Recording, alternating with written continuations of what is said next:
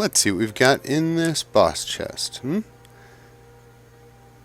We have, beacon, bracers, gold, staff of lightning bolts, beacon. A new hand touches the beacon. Hello?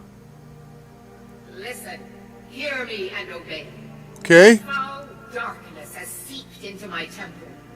A darkness that you will destroy. Me? Okay. Turn my beacon to Mount Kilcreath. Mount Kilcreath. That's on the other side of Skyrim. Instrument of my cleansing light. I don't think I like the sound of that. Oh, good grief. Ooh, money pouch.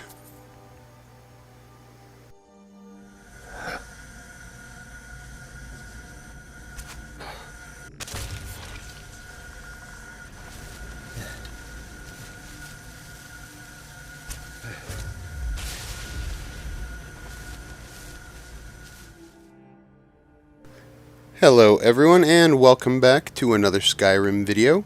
My name is Chris and today we're going to be discussing the quest The Break of Dawn. That is Meridia's Daedric quest. The reward is Dawnbreaker, the Daedric sword. And we're going to talk about my favorite way to complete this quest. Which is not simply to just show up here, kill everything, and get the sword and get out. I have a plan, and I'm going to explain that in just a moment. But first, let's talk about the beacon. Meridia's beacon is scripted to appear after level 12. The quest is available to start at level 12, which means you can go and begin the quest by going to Mount Kilcreath at level 12, which is what we are going to do. But the beacon will appear in the first boss chest of the first new location you enter after level 12. If you've received a quest at level 9, even if you visit that location at level 13, the beacon won't be there. It has to be a new location after level 12. Sometimes it's on Solstheim if you've bothered to visit that location. First, we have taken a carriage to Solitude, so we are right now outside of Catless Farm. We're going to check. We are level 12. Very few skills have been activated so far. And what we're going to do is run down to Meridia's statue and get her to give us a random location for the beacon. As we approach, I like to equip some oak flesh or stone flesh or something because there is a spawn point down here, and sometimes around this time it's usually the thief. Right across the stones there is always an enemy, so don't go there unless you want to kill it. And we actually get to walk up the steps this time without Meridia's voice booming at us from overhead. It's quite anticlimactic, just a bunch of bunnies, and in this instance, some Thalmor. When we get to the top of the steps, that is when Meridia will start shouting at us. A new supplicant approaches. Listen, hear me and obey. A foul darkness has seeped into my temple. A darkness that you will destroy. But first, you must restore to me my beacon. I shall guide you unto it. Find it and return here, and great shall be your reward.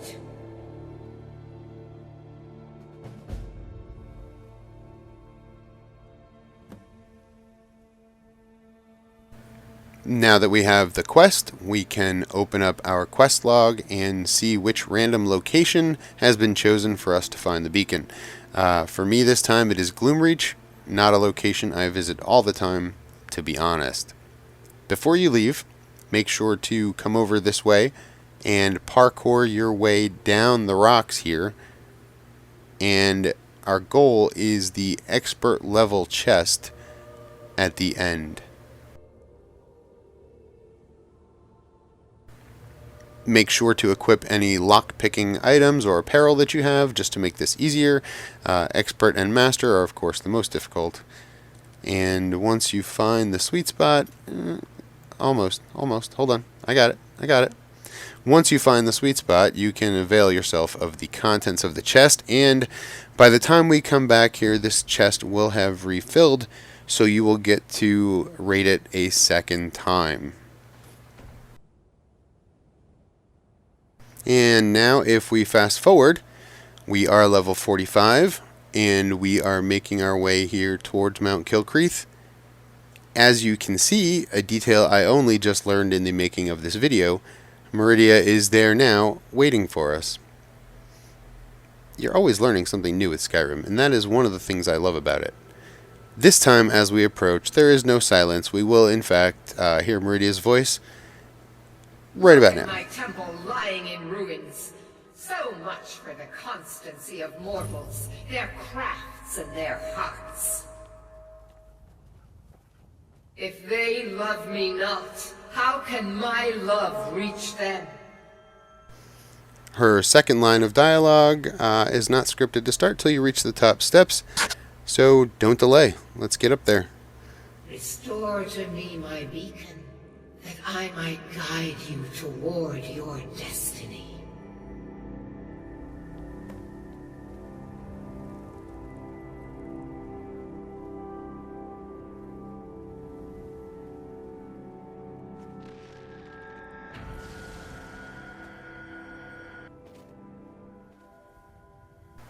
No, I'm just kidding. I'm not going to make you sit through that.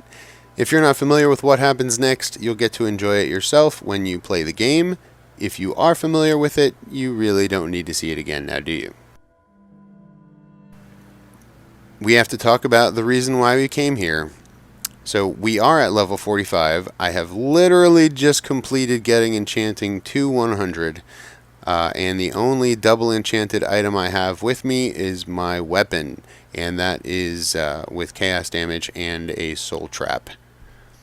Soul trap, because the reason we are here is at level 45, all of the corrupted shades inside the temple become grand souls.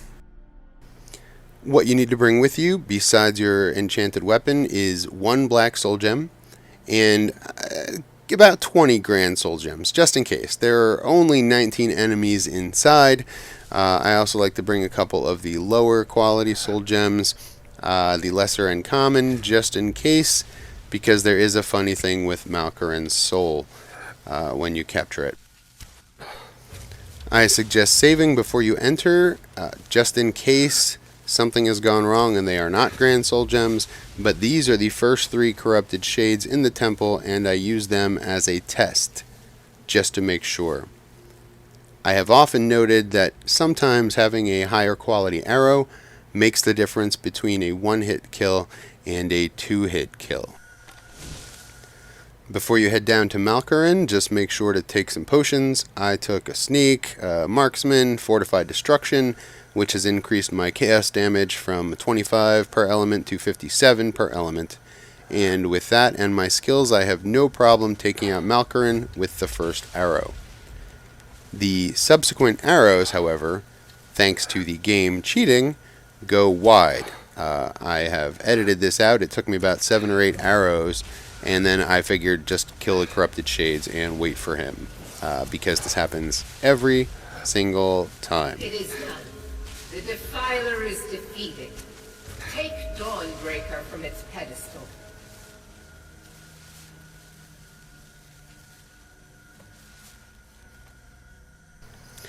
Just a note for everybody, don't take the sword until you're absolutely ready, because you will be instantly teleported outside the temple and you won't be able to return.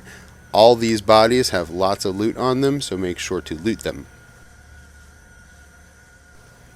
If you are lucky, as we appear to be in this instance, you will get a second Dawnbreaker sword. This happens most of the time, I think. But my theory on it is either he has an enchanted staff or he has the Dawnbreaker. If you have experience with that, let me know, leave a comment. Otherwise, we're just going to check our inventory. And as we look, we will see that we have, in fact, 18 grand souls, 1 black soul gem filled, and Malkarin's soul came in as a common this time, which is, again, not uncommon. So that is my method of taking care of the Break of Dawn quest. I like to come here at level 45, collect all the souls inside, and then use them to enchant my late game weapons and armor. So, thanks for watching, everybody. I appreciate you tuning in. Feel free to like and subscribe if you want to see more. I've got lots of more videos planned. Thanks. See you in the next one.